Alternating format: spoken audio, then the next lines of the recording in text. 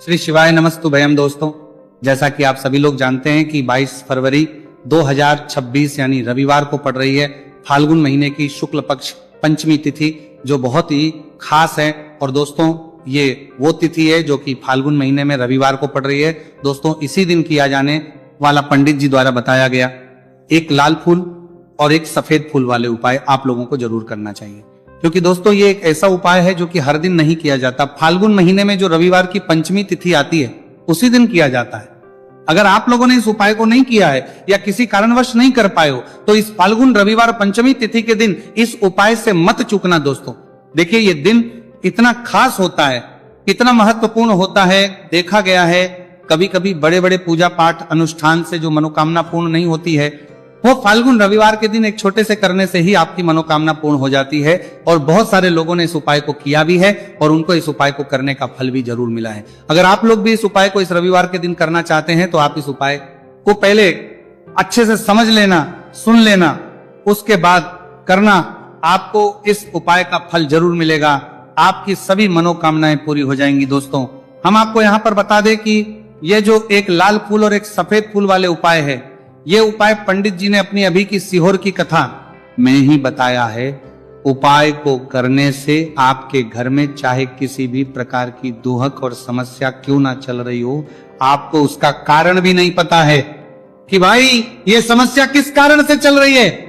उसका कुछ भी कारण हो सकता है, जैसे पितृदोष हो सकता है, काला सर्प दोष हो सकता है, या किसी भी तरह का मंगल दोष भी हो सकता है। और भी बहुत तरह के दोष होते हैं, कुछ भी हो सकता है। पर आपको इस उपाय को करने के लिए अपने दोष को पता लगाने की भी जरूरत है। आपके घर में किस कारण से इतनी दुख और परेशानी आ रही है वो भी आपको पता लगाने की जरूरत नहीं है। बस रविवार को पंचमी तिथि के दिन इस उपाय को कर लेना है, क्योंकि इसी एकमात्र उपाय को करने से आपके पूरे घर परिवार में सुख और शांति हो जाएगी। आपके घर में अच्छे अच्छे काम होने लगेंगे, आपकी जो भी मनोकामना होगी वो भी धीरे धीरे करके पूर्ण होना शुरू हो जाएगी। अब हम समझते हैं इस एक लाल फूल और एक सफेद फूल वाले उपाय को आपको करना कैसे है, किसको करना है, किस करना है और कैसे करना है। देखो उपाय बिल्कुल आसान है, बस समझने वाली बात है, ध्यान से समझिए। उसके बाद ही आप लोग जो है इस उपाय को जरूर कीजिएगा। सबसे पहली चीज हम लोग ये समझते हैं कि इस एक लाल फूल और एक सफेद फूल वाले उपाय को इस आने वाली रविवार पंचमी तिथि के दिन किसको करना है। तो देखिए इस उपाय को घर के सभी सदस्यों को करने की बिल्कुल भी जरूरत नहीं है। घर में से कोई एक मुख्य बड़ा सदस्य इस उपाय को करेगा तो उस घर परिवार के सभी सदस्यों को इस उपाय को करने का फल मिल जाएगा। पर वो बड़ा सदस्य कौन होगा, कौन व्यक्ति इस उपाय को करेगा, तो यहां पर देखिए हम आपको बता दें, घर की जो बड़ी माताएं बहनें होंगी, घर की बड़ी माताओं बहनों में से कोई भी एक माता बहन इस वाले उपाय को कर सकती है। अपने पूरे घर परिवार के लिए घर में सभी सदस्यों को इस उपाय को करने की जरूरत नहीं है। मात्र घर की जो माताएं बहनें हैं उनमें से कोई भी एक माता बहन इस वाले उपाय को करेगी तो उसके घर परिवार के पूरे सदस्यों को इस उपाय का फल मिलेगा। अगर किसी कारणवश माताएं बहनें घर में उपस्थित ना हो या वो इस उपाय को ना कर रही हो, कुछ दिक्कत हो, तो भाई उस जगह पर फिर घर का कोई बड़ा व्यक्ति भी इस उपाय को कर सकता है। माताओं बहनों के कहने का मतलब यह था कि माताएं बहनें घर की लक्ष्मी होती हैं। जब घर की लक्ष्मी कोई उपाय करती है तो निश्चित ही भगवान शिव जी जल्दी प्रसन्न होते हैं और उपाय का फल में बहुत जल्दी और बहुत बड़ा करके भी यहाँ पर देते हैं। तो आप लोग ये बात समझ गए होंगे। अब हम ये बात समझते हैं कि इस वाले उपाय को हमें करना किस समय है। एक लाल फूल और एक सफेद फूल वाले उपाय को हमें पंचमी तिथि के दिन करना किस समय है। तो देखिए इस उपाय को करने का जो समय है, सुबह का समय भी है और शाम का समय भी है। अब देखिए यहां पर हम मुख्य रूप से सुबह का समय नहीं बोलेंगे, क्योंकि देखिए ये जो पंचमी तिथि है, और आप सभी लोग जानते हैं रविवार पंचमी तिथि के दिन का प्रदोष काल का मतलब शाम का जो समय होता है ना, इस दिन भगवान शिव जी का सबसे प्रिय दिन होता है। तो आप लोग इसे एक लाल फूल एक सफेद फूल वाले उपाय को सुबह के समय भी कर सकते हो और शाम के समय प्रदोष काल में भी कर सकते हो। सुबह के समय अगर कर रहे हो तो 10 या फिर 11 बजे तक भी अगर उपाय करोगे तो भी आपको उपाय का फल मिलेगा। वही अगर शाम के समय कर रहे हो तो इस दिन जरूर शाम के समय का ध्यान रखना कि शाम के 6 बजे से लेकर 7 बजे के बीच में अगर आप इस उपाय को कर सकते हो तो बिल्कुल कर लेना, पूरी कोशिश करना। पर अगर किसी कारणवश इस समय के बीच में ना कर पाओ तो रात 8 बजे तक भी अगर आप उपाय को करोगे तो आपको उपाय का फल जरूर मिलेगा। ये बात आपको समझ आ गई कि आप इस उपाय को सुबह और शाम दोनों समय कर सकते हो। मतलब करना आपको एक ही समय है। घर में से किसी एक ही बड़े व्यक्ति को करना है, एक ही बार इस उपाय को करना है, दोनों समय नहीं करना है। आपको जो समय अच्छा लगे आप उस समय पर इस वाले उपाय को कर सकते हैं। तो चलिए जानते हैं इन विशेष उपायों के बारे में।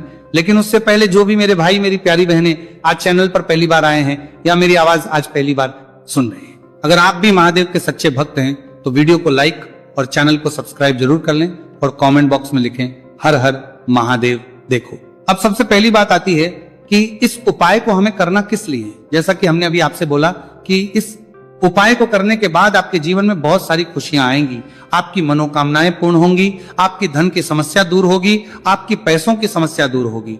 अब देखिए, अगर आप लोग सोच रहे हो कि भाई हमें अपना घर बनाना है पर घर बनाने के लिए पैसा नहीं है, हमें गाड़ी लेना है पर गाड़ी लेने के लिए पैसा नहीं है, हमें जमीन लेना है पर जमीन के लिए पैसों की कमी पड़ रही है, अगर ऐसी ही दिक्कत परेशानी या किसी भी तरह की धन से जुड़ी हुई समस्या या पैसों से जुड़ी हुई समस्या अगर आपके जीवन में चल रही है तो ये उपाय निश्चित ही आपके जीवन में बहुत सारे फल लाकर दे सकता है। इसीलिए अगर आपके घर में बहुत ज्यादा दिक्कत समस्या परेशानी चल रही है, धन से जुड़ी हुई, पैसों से जुड़ी हुई, धन की बहुत ज्यादा कमी आ रही है, पैसों की आवक नहीं हो रही है, तो भाई आप लोगों को इस वाले उपाय को जरूर करना चाहिए।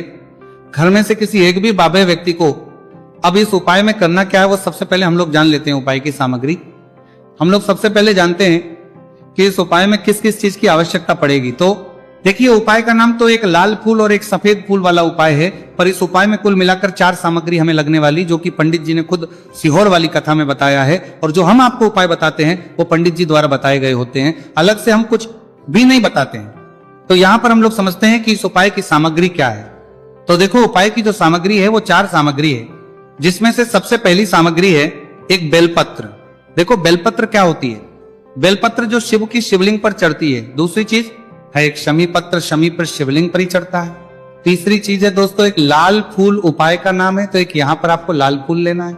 अब ये लाल फूल कौन सा लेना है?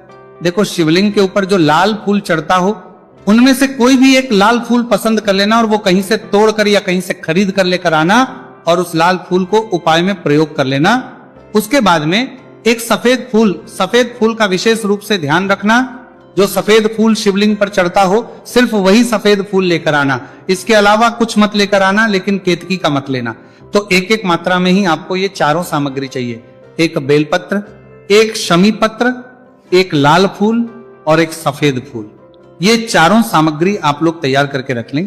प्रदोष काल में या सुबह के समय जब भी आप इस उपाय को कर रहे हैं, जैसे ही आपके उपाय की सामग्री तैयार हो जाती है तो क्या हम सीधा उपाय को करने के लिए इन चारों सामग्री को उपाय करने के लिए जा सकते हैं? नहीं, तो यहाँ पर आपको इस बात का ध्यान रखना है कि हम भगवान शिव जी को प्रसन्न करने के लिए तो जा रहे हैं, हम अपनी मनोकामना को पूर्ण करवाने के लिए तो जा रहे हैं, पर हमें यह दर्शाना बिल्कुल भी नहीं है कि हम सिर्फ अपने फायदे के लिए भगवान शिव जी के मंदिर में आए।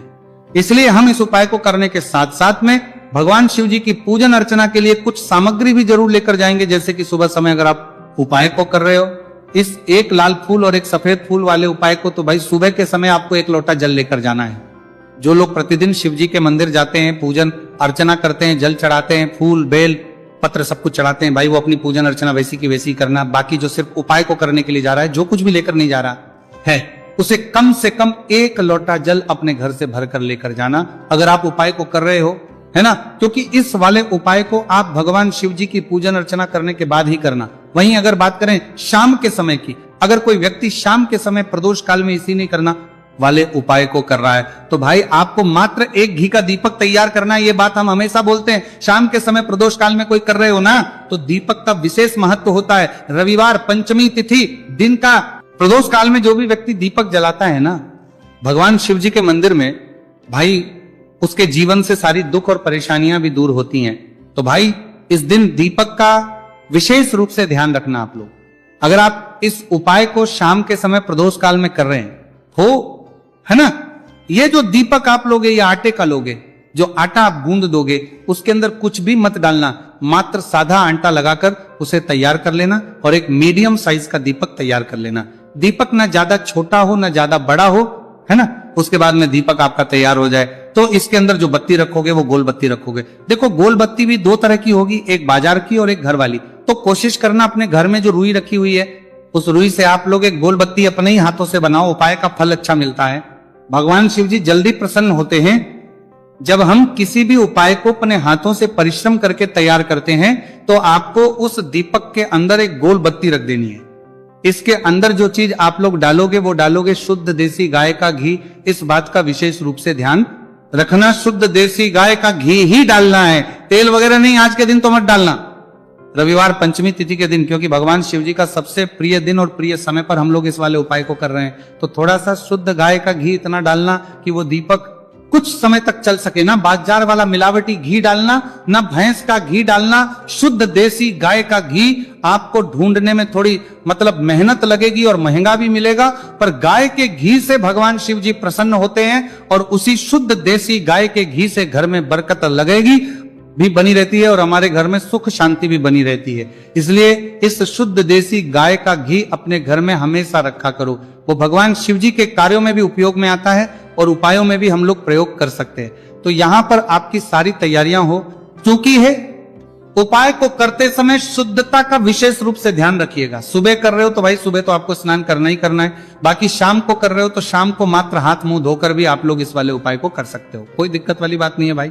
उपाय की पूरी सामग्री तैयार कर और पूजन सामग्री लेकर आपको भगवान शिव जी के मंदिर पहुंचना है, जो आपके घर के पास में हो, जहां पर शिवलिंग विराजित हो, शिवालय हो, वहां पर आप लोगों को पहुंचना है। और जैसे ही आप भगवान शिव जी के मंदिर में पहुंचते हो, वहां जाकर ही उपाय शुरू नहीं करना है।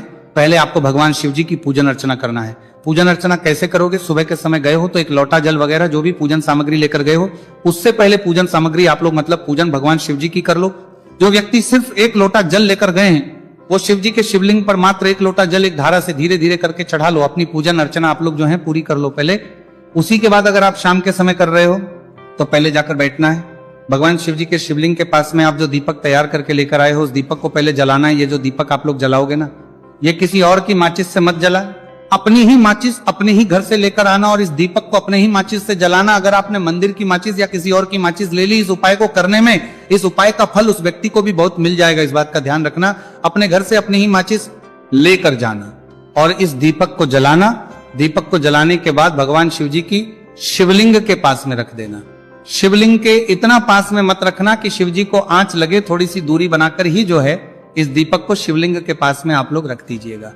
अब जैसे ही आपकी पूजन अर्चना हो जाती है, भगवान शिव जी के शिवलिंग के सामने या आसपास कहीं पर भी बैठ जाइए उपाय को करने के लिए। और उपाय को करने से पहले आप लोग अपनी वो चारों पूजन सामग्री निकाल लीजिए। उपाय की जो सामग्री है वो निकाल लीजिए और भगवान शिव जी के शिवलिंग के ऊपर एक माता अशोक सुंदरी जी का स्थान देख लीजिए। माता सुंदर जी का जो स्थान होता है वो जलाधारी के ऊपर होता है, जलाधारी के बिल्कुल बीचों बीच में होता है। आप लोगों ने देखा भी होगा शिवलिंग की जलाधारी होती है, जलाधारी के बिल्कुल बीचों बीच का जो स्थान होगा वो माता अशोक सुंदर जी का स्थान होगा, क्योंकि यहीं पर हमें ये जो है उपाय को करना है। सबसे पहली चीज, अब हम उपाय को करना शुरू करते हैं। आप सबसे पहले अपनी एक बेलपत्र उठा लो। एक बेलपत्र को आपको माता अशोक सुंदरी जी वाले स्थान पर सबसे पहले समर्पित करना है। बेलपत्र की डंडी का मुख होगा जलाधारी की तरफ, जहां से जल बहता है और नीचे गिरता है, और बीच वाली बड़ी पत्ती का मुख मतलब शिवलिंग की तरफ होगा। इस तरीके से आपको इस बेलपत्र को माता अशोक सुंदरी जी वाले स्थान पर समर्पित कर देना है। उसके बाद में अपनी एक शमी पत्र उठा लो जो आप उपाय के लिए लेकर आए हुए हो। शमी पत्र को उठाकर शमी पत्र की भी जो डंडी का भाग होगा वो जल की तरफ करके, जहां से जल बहता है नीचे गिरता है उस तरफ करके, और पत्ती वाला भाग शिवलिंग की तरफ करके इस शमी पत्र को भी उस बेल पत्र के ऊपर आपको समर्पित कर देना है। समर्पित करने के बाद अब आप ले लो अपना एक लाल फूल जो आप उपाय को करने के लिए लेकर आए हुए हो। इस लाल फूल का जो खिला हुआ भाग होगा, चाहे वो गुलाब का फूल हो, चाहे कोई सा फूल जो शिवलिंग पर चढ़ता हो, भाई उस फूल का जो खिला हुआ भाग होगा वो शिवलिंग की तरफ होगा। बाकी जो पीछे का भाग होगा फूल का वो जलाधारी की तरफ, जहां से जल बहता है नीचे गिरता है उस तरफ होगा। और आखिरी में आपका जो एक सफेद फूल बचा हुआ है, इस सफेद फूल को भी आपको लेना है और सफेद फूल का जो खिला हुआ भाग होगा वो शिवलिंग की तरफ होगा, जहां पर शिवलिंग रखा हुआ है उस तरफ होगा, और डंडी का भाग जलाधारी के पीछे की तरफ हो जाए। मतलब जो जहां से जल बहता है और नीचे गिरता है, जब आप एक बेलपत्र, एक शमी पत्र और एक लाल फूल, एक सफेद फूल चढ़ा रहे हो, तो उस समय आप लोगों को कांता भगवान या कांता चक्र का नाम लेते हुए ही जो है इस उपाय को करना है, और भगवान शिव जी और नारायण जी का स्मरण करते हुए ही इस उपाय को आपको करना है। तो जब भी आप एक बेलपत्र, एक शमी पत्र, एक लाल फूल और एक कमी हो रही है। जो भी दुख और समस्या परेशानी चल रही हो, आपको अपनी बात दुख और जो है भगवान शिव जी से उपाय को पूरा करने के बाद वहीं पर पास में बैठकर बोल देना है। हाथ जोड़ के आंखें बंद करके अपनी परेशानी और श्री शिवाय नमस्तु भयम का जाप करना है। इसके अंदर जो चीज आप लोग डालोगे वो डालोगे शुद्ध देसी गाय का घी। इस बात का विशेष रूप से ध्यान रखना, शुद्ध देसी गाय का घी ही डालना है, तेल वगैरह नहीं। आज के दिन तो मत डालना, रविवार पंचमी तिथि के दिन, क्योंकि भगवान शिव जी का सबसे प्रिय दिन और प्रिय समय पर हम लोग इस वाले उपाय को कर रहे हैं। तो थोड़ा सा शुद्ध गाय का घी इतना डालना कि वो दीपक कुछ समय तक चल सके। ना बाजार वाला मिलावटी घी डालना, ना भैंस का घी डालना, शुद्ध देसी गाय का घी। आपको ढूंढने में थोड़ी मतलब मेहनत लगेगी और महंगा भी मिलेगा, पर गाय के घी से भगवान शिव जी प्रसन्न होते हैं और उसी शुद्ध देसी गाय के घी से घर में बरकत लगेगी भी बनी रहती है और हमारे घर में सुख शांति भी बनी रहती है। इसलिए इस शुद्ध देसी गाय का घी अपने घर में हमेशा रखा करो। वो भगवान शिव जी के कार्यों में भी उपयोग में आता है और उपायों में भी हम लोग प्रयोग कर सकते हैं। तो यहां पर आपकी सारी तैयारियां हो चुकी है। उपाय को करते समय शुद्धता का विशेष रूप से ध्यान रखिएगा। सुबह कर रहे हो तो भाई सुबह तो आपको स्नान करना ही करना है। बाकी शाम को कर रहे हो तो शाम को मात्र हाथ मुंह धोकर भी आप लोग इस वाले उपाय को कर सकते हो, कोई दिक्कत वाली बात नहीं है भाई। उपाय की पूरी सामग्री तैयार कर और पूजन सामग्री लेकर आपको भगवान शिव जी के मंदिर पहुंचना है, जो आपके घर के पास में हो, जहां पर शिवलिंग विराजित हो, शिवालय हो, वहां पर आप लोगों को पहुंचना है। और जैसे ही आप भगवान शिव जी के मंदिर में पहुंचते हो, वहां जाकर ही उपाय शुरू नहीं करना है। पहले आपको भगवान शिव जी की पूजन अर्चना करना है। पूजन अर्चना कैसे करोगे? सुबह के समय गए हो तो एक लोटा जल वगैरह जो भी पूजन सामग्री लेकर गए हो, उससे पहले पूजन सामग्री आप लोग मतलब पूजन भगवान शिव जी की कर लो। जो व्यक्ति सिर्फ एक लोटा जल लेकर गए हैं, वो शिव जी के शिवलिंग पर मात्र एक लोटा जल एक धारा से धीरे धीरे करके चढ़ा लो। अपनी पूजन अर्चना आप लोग जो है पूरी कर लो पहले। उसी के बाद अगर आप शाम के समय कर रहे हो तो पहले जाकर बैठना है।